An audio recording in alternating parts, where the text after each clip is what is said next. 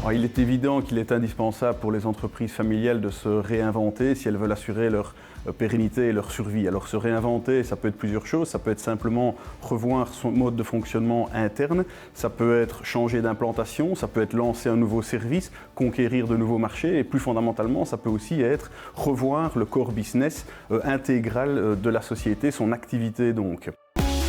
Dans une entreprise familiale, la réinvention accompagne souvent un changement générationnel. Les nouvelles générations s'installent dans l'entreprise, elles ont souvent une capacité d'innovation, de remise en question importante,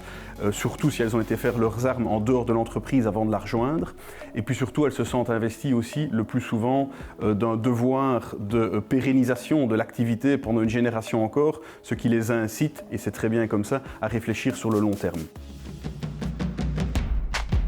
Ce qui est important dans ces processus de réinvention, c'est vraiment de conserver les fondamentaux de l'entreprise. Les fondamentaux, c'est d'une part la mission de l'entreprise, pourquoi cette entreprise un jour a-t-elle été créée, quelle est sa raison d'être, quels besoins dans la société répond-elle, et deuxièmement, ses valeurs. Qu'est-ce qui est réellement important, fondamental aux yeux de l'entreprise en termes de